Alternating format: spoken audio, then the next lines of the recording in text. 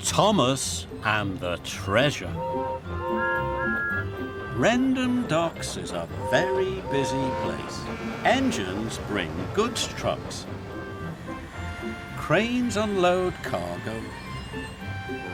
And ships bring visitors. One day, Thomas had to collect a very important visitor, the Admiral. Thomas was to take the Admiral to open the new Maritime Museum. It was a museum all about the sea. Salty was excited. The Admiral is always looking for the lost pirate treasure of Sodor, he said. Pirate?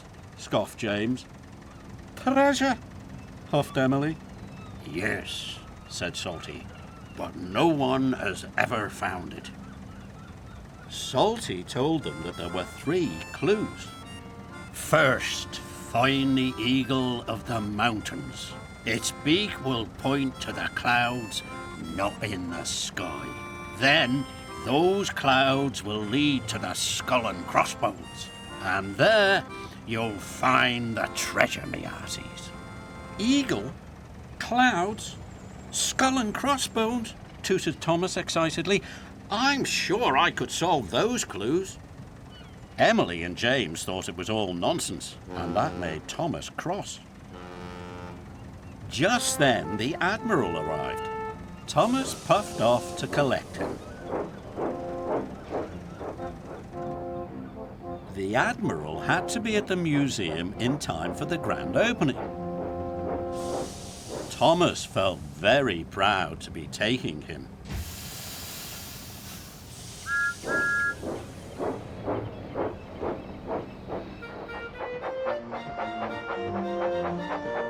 What if I arrive with the Admiral and a chest of pirate treasure? Thought Thomas. That would show James and Emily. So Thomas chuffed onto the track away from the museum and set off into the mountains to look for the first clue. How could an eagle point the way? Wondered Thomas. How could clouds not be in the sky? And Thomas knew he had never seen a skull and crossbones anywhere. Later, Emily puffed towards Thomas. There's no such thing as treasure, she laughed. But Thomas paid no attention.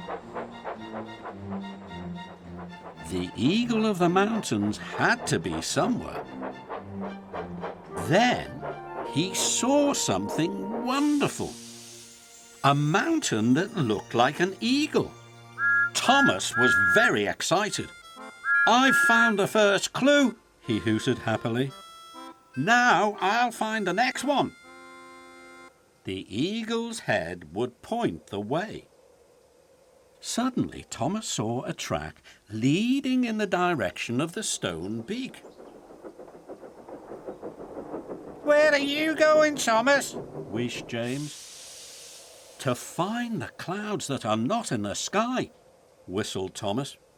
How silly, snorted James. But Thomas didn't mind. He knew the clouds were here somewhere. And then he saw them. The clouds not in the sky were reflections of clouds in the lake. I've found the second clue, wheezed Thomas excitedly. One more and I'll find the treasure. Thomas looked for a long time, and he forgot all about the Admiral. Then Harold arrived with the Fat Controller. The Admiral is late for the opening of the museum, he boomed crossly. You have been unreliable, added the Fat Controller. Harold will now take the Admiral to the museum. Thomas felt very foolish.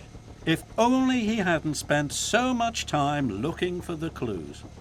Fancy believing in a silly old story, laughed Harold. Everyone thinks I'm silly, huffed Thomas. but I still believe there's treasure." Thomas puffed sadly along the track away from the lake. Thomas had never been this way before, so he didn't know where it would lead. It led him into a tunnel. At last, Thomas came to the end of the line. He was surprised. There were all the other engines, and there was the Admiral. "I am very proud to declare the new Maritime Museum open," he announced. Everyone cheered and whistled. Then Thomas saw something even more exciting. "That's it," Thomas tooted. "The pirate treasure's right here." "Don't be silly," huffed Emily. "Everyone knows it's just a silly old story," snorted James. But Thomas knew he was right. "I followed all the clues," he puffed proudly. "Then you have found the skull and crossbones," cried the Admiral. Everyone was surprised. "Someone, get me a shovel." The Admiral was so excited he dug for the pirate treasure himself. He found a big wooden chest. Inside it was the pirate treasure. "The pirate treasure will be the most important thing in the whole museum," said the Admiral. "Thomas," boomed the Fat Controller, "you have made this the best opening ever." Thomas was very proud. He had been right to believe in Salty's story. He had found the treasure. Thomas and the jet plane. Thomas the tank engine loves having buffers and a boiler that bubbles. He loves having wheels and a whistle that toots. But most of all, Thomas loves working on the Fat Controller's railway. It was the day of the Sodor summer picnic. The Fat Controller came with news of a special for Thomas. "You are to collect the children from the airport and take them to the picnic," he boomed cheerfully. Thomas was excited. He set off right away. The airport was new and all the engines wanted to go there. Soon Thomas arrived at the airport. He was excited to see the control tower, the huge hangar, and the red and white striped windsock. Then he heard a loud noise in the sky. A jet plane was coming in to land.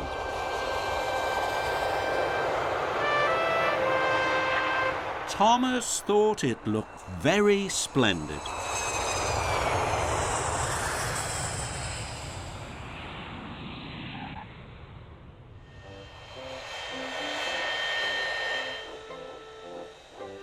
Thomas chuffed over to the hangar.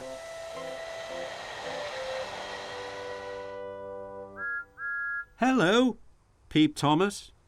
"I'm Thomas and I'm a tank engine." "Hello," said the plane. "I'm Jeremy and I'm a jet plane." "It must be wonderful being able to fly," said Thomas. "It is," said Jeremy. "I can go anywhere I want. Flying is the most fun in the world." Thomas thought Jeremy was being boastful. "I like travelling on tracks," Thomas huffed. "I puff past farms and villages and see all the wonderful sights of Sodor." "Well, from the air I see the wonderful sights of Sodor all at once," said Jeremy. Thomas felt upset. Then he saw the children. They were waiting on the platform. Thomas wheezed quickly over to collect them. "I never want to talk to a jet plane again," he huffed. Thomas puffed over to the picnic. He was happy to leave the airport behind. But when he turned a bend in the track, he had to stop at a signal. Thomas heard Jeremy taking off, and then Jeremy flew right over his funnel. "It's not fair," huffed Thomas. "Jet planes don't have to stop at signals."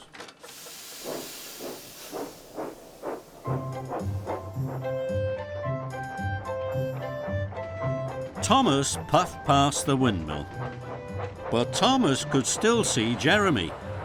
He was now high in the sky. Suddenly, Thomas saw a cow on the tracks in front of him. "Jet planes don't have to stop for cows," Thomas puffed sadly. Thomas arrived at the picnic.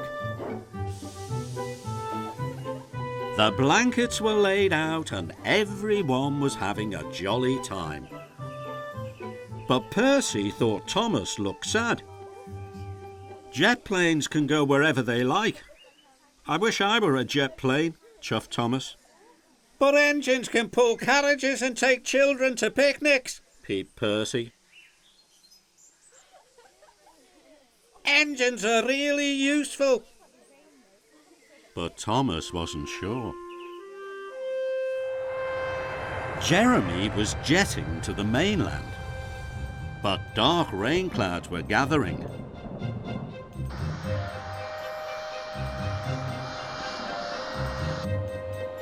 And Jeremy had to return to the airport.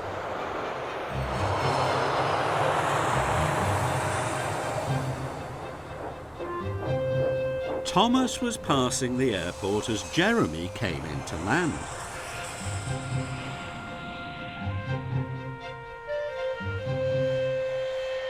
Thomas didn't want to talk to him, but Jeremy called out, "Thomas, a summer storm is on its way. The children's picnic will be ruined." "Cinders and ashes," gasped Thomas. "I must tell the Fat Controller."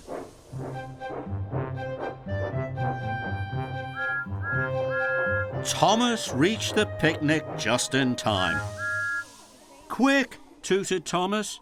"There's a big storm coming. The picnic will be washed away." Everyone packed up the picnic as quickly as possible. And then they boarded Annie and Clarabelle. The children were sad the picnic was over. Then another idea flew into Thomas's funnel. He puffed quickly back to the airport. This time Thomas wanted to talk to Jeremy. "Please, can the children have their picnic in your hangar?" "Of course," said Jeremy. "What a splendid idea." Thomas was very happy. Soon all the children were having a jolly time, and so was the Fat Controller. "Well done, Thomas and Jeremy," he boomed. "Together you have saved the picnic. You are both really useful." Jeremy was happy to have helped, and Thomas had never felt prouder to be a steam engine.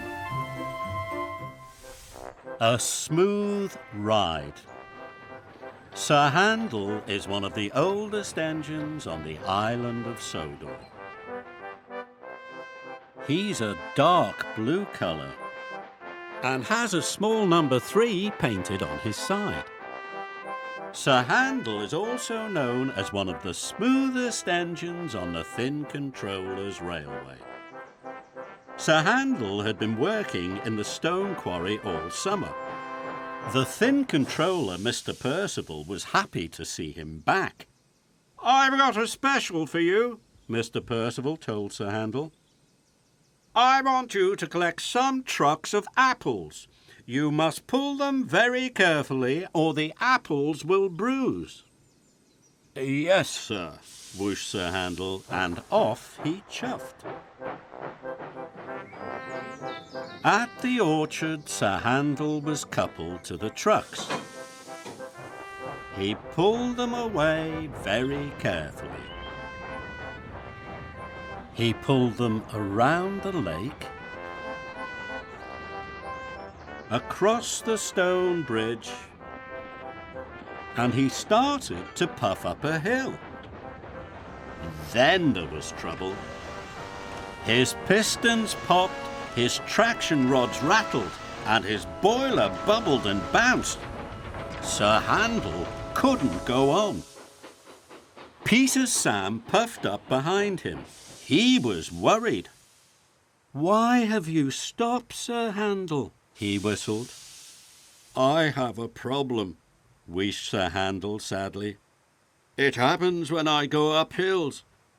I start to rattle and rock, and then I have to stop." Peter Sam felt sorry for his friend. "Could you help me up the hill?" puffed Sir Handel. "Of course I can," peeped Peter Sam. And he pushed Sir Handel and the trucks of apples all the way up the hill. When Sir Handel arrived at the station, the Thing Controller was very pleased. "There's not one bruise on those apples," said the Thing Controller. "What a smooth engine you are." Sir Handel was happy that the Thing Controller was pleased, so he didn't tell the Thing Controller about his problem. "Now I have another special for you," said the Thing Controller. "I want you to pick up sheep from the farm." "Yes, sir," puffed Sir Handel, but he was worried. When Sir Handel arrived at the farmer was waiting. "Be careful," said the farmer. "Sheep need a smooth ride." "Yes, sir," chuffed Sir Handel, and he puffed away.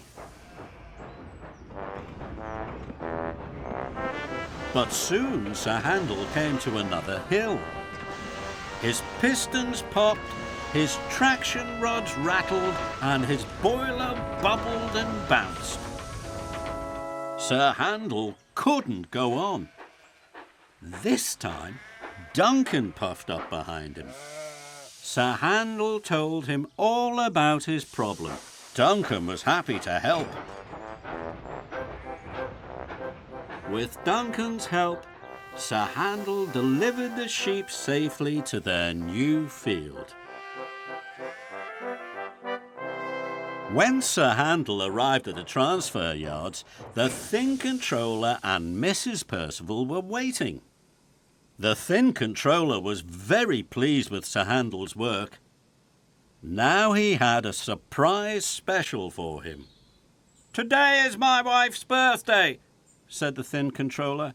"You are to take us to the top of Culdee Fell for a picnic." "Yes, sir," puffed Sir Handel.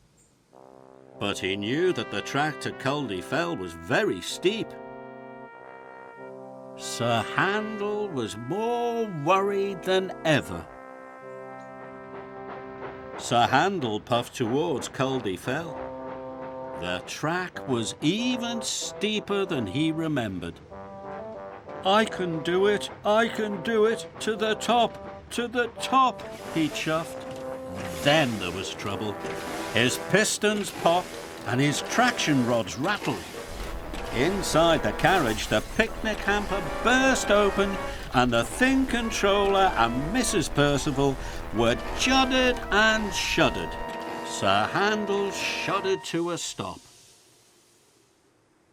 The Thing Controller was worried for his engine. "You're a fine engine, Sir Handel, but you're no longer a smooth engine," he said. "I'll have to send you back to the stone quarry. That's the place for bumpy engines."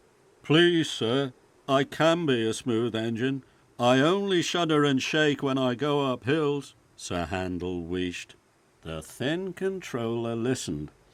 "I see," he said. "Please don't send me back to the stone quarry." The Thing Controller made a telephone call. He looked very serious. Later, Sir Handel was helped back to the transfer yards by Mighty Mac. Sir Handel was very worried. He was sure that the Thin Controller was going to send him back to the quarry. Sir Handel arrived at the transfer yards. He saw Thomas. "Hello, Sir Handel," tooted Thomas. "Sir Handel, I've asked a special engineer to come and fix you," smiled the Thin Controller. "You're a special engine and you need special attention." Sir Handel smiled from buffer to buffer. He had never felt happier. Sir Handel was soon fixed, and now he could chuff cheerfully up Culdee Fell. The children in his carriages whooped and cheered. Sir Handel gave the smoothest ride of all. Follow that flower. Every day is a busy day for the engines of the Thin Controller's railway. They toot hello as they pass each other on the hills. Huff and puff at the transfer yards. And push and pull trucks at the wharf. Early one morning, Thomas was at the wharf. He liked the wharf. It was busy and he met a lot of friends there. But today, Thomas was shunting trucks, and the trucks were being especially troublesome. It was taking all of Thomas's puff to keep them in order. Then James arrived. "I am to collect a truck of flour to make cakes and bread for the children's Harvest Festival supper," tooted James. "I wish the Fat Controller had given me that job," chuffed Thomas. "It would be much more fun than shunting trucks."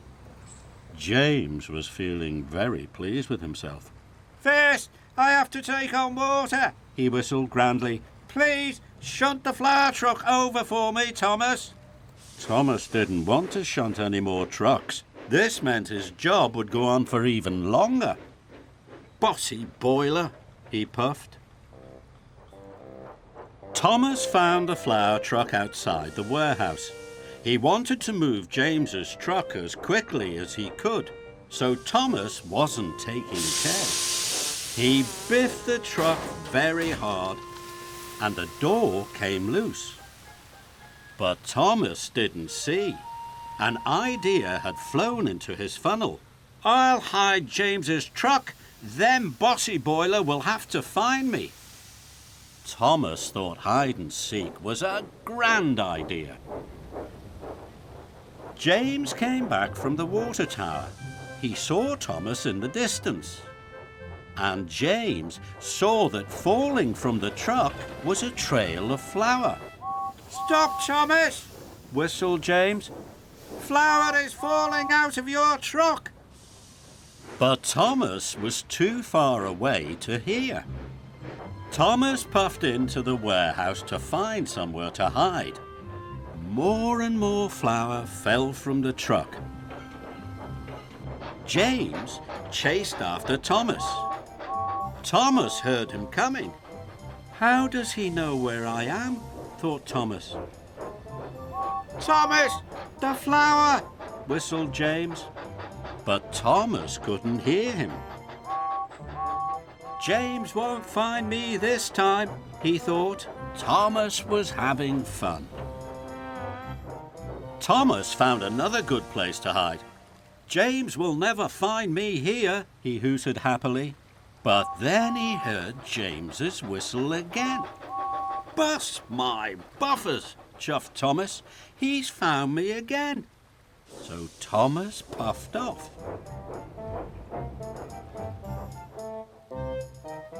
Thomas had reversed behind some trucks. "James will never find me here," he tooted cheerily. But just then he saw James come around the bend. "Thomas," puffed James. He was very cross. "You've left a trail of flour all over the wharf." "Cinders and ashes," cried Thomas. "I must have biffed the truck so hard that the door came loose." Thomas didn't feel cheery anymore. If I've lost all the flour, there'll be no cakes and bread for the children's Harvest Festival supper, he wished sadly.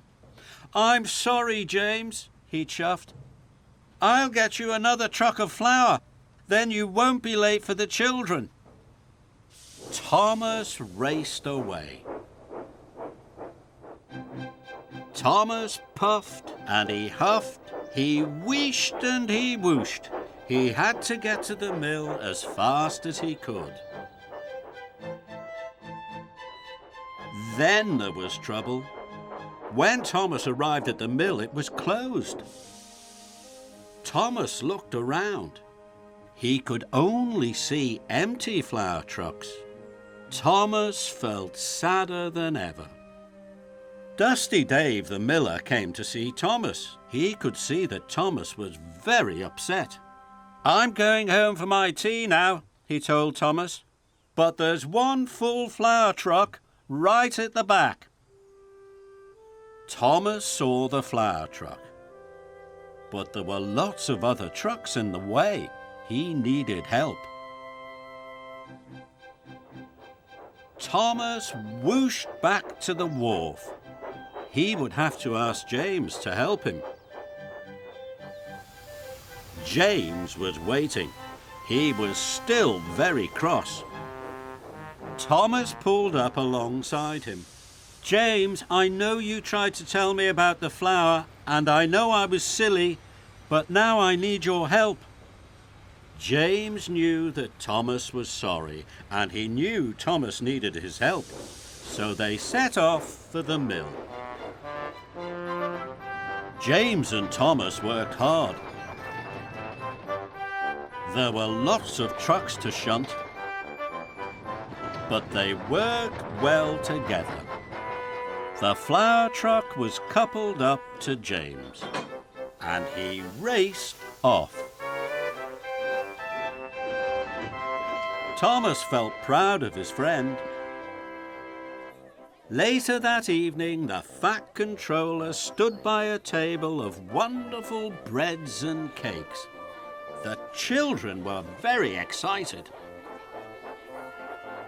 Thomas puffed by on his way home. Well done, James, he tooted, and James tooted back. Thomas was pleased James was his friend again. And Thomas smiled all the way back to Tidmouth Sheds. Percy and the Fun Fair. It was a beautiful morning on the Island of Sodor. All the engines were very excited. It was the day of the Fat Controller's Fun Fair. Children would be coming from far and wide. There was to be a special visit from the Chinese dragon. Percy was delighted.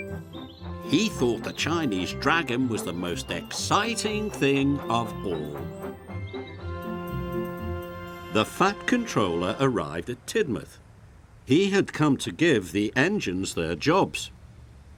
Edward was to pull the merry-go-round, Henry the roller coaster, Gordon the fairground folk, Toby the bumper cars. James and Emily were to pull the Ferris wheel, and Thomas, boomed the Fat Controller, you are to collect the fireworks on the Chinese dragon. What's my job, sir? Asked Percy hopefully. You are to collect coal from the coaling plant. You must fill all the hoppers at the stations, ordered the Fat Controller.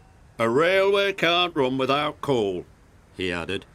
This is a very important job. The Fat Controller left, and all the engines were excited. All except Percy. Coal, he sighed. And as he watched his friends leave for their exciting jobs, Percy felt very left out. Percy chuffed sadly over to the coal plant. This didn't feel like an important job at all. When Percy arrived, he could see a long line of trucks. I wish I was pulling something exciting, Grumbled Percy. not boring old coal trucks. Percy buffered up and pulled out of the depot. Percy stopped at a signal by a school. Toby puffed past pulling flatbeds full of bumper cars. The children in the playground clapped and cheered. Then Edward chuffed by with the merry-go-round. The children cheered even louder. Percy thought that Toby and Edward were having a wonderful time. Then an idea flew into his funnel. Maybe Toby and Edward need some help. Helping friends is much more important than delivering coal, he wished. So Percy didn't deliver the coal. He left his trucks and he steamed after his friends as quickly as he could. Toby and Edward stopped at a red signal. Percy puffed up alongside. Do you need any help? He tooted hopefully. No, thank you, Percy, said Toby. We can do it, chuffed Edward. Percy was disappointed. Further up the line, Percy saw Emily and James. They were taking the Ferris wheel. That looks like fun, tooted Percy. I'm sure they'll need some help. Percy caught up with James and Emily. This is going to be the biggest wheel ever, chirruped Emily. Emily and James were having a splendid time. But James and Emily didn't need help either. Percy was upset. Then Percy saw Gordon waiting at a junction. Gordon was pulling the fairground folk, but he didn't need any help either. Percy saw Henry crossing the bridge. Henry was happily pulling the roller coaster. Finally, Percy saw Thomas waiting at a signal. He was carrying the fireworks and the Chinese dragon. That looks like the most fun of all, gasped Percy. But even Thomas didn't need any help. Percy was more disappointed than ever. Then there was trouble. Percy had spent so much time trying to help that he hadn't delivered any coal.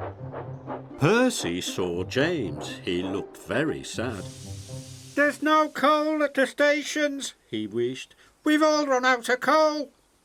Bust my boiler, cried Percy. If the engines don't get some coal, the fun fair won't open.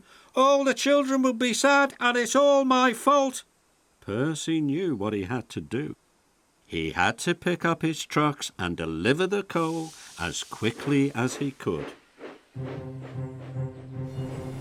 Percy wished all over the island delivering coal to his friends. Soon, everyone's boiler was bubbling and their pistons were pounding. The engines were back on track.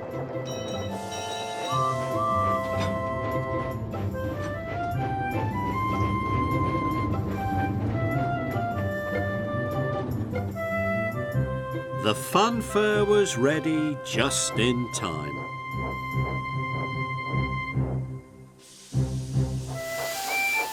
Percy finished his last delivery of coal and arrived at the fun fair as the fireworks began. The rockets soared, the band played, and the Chinese dragon danced.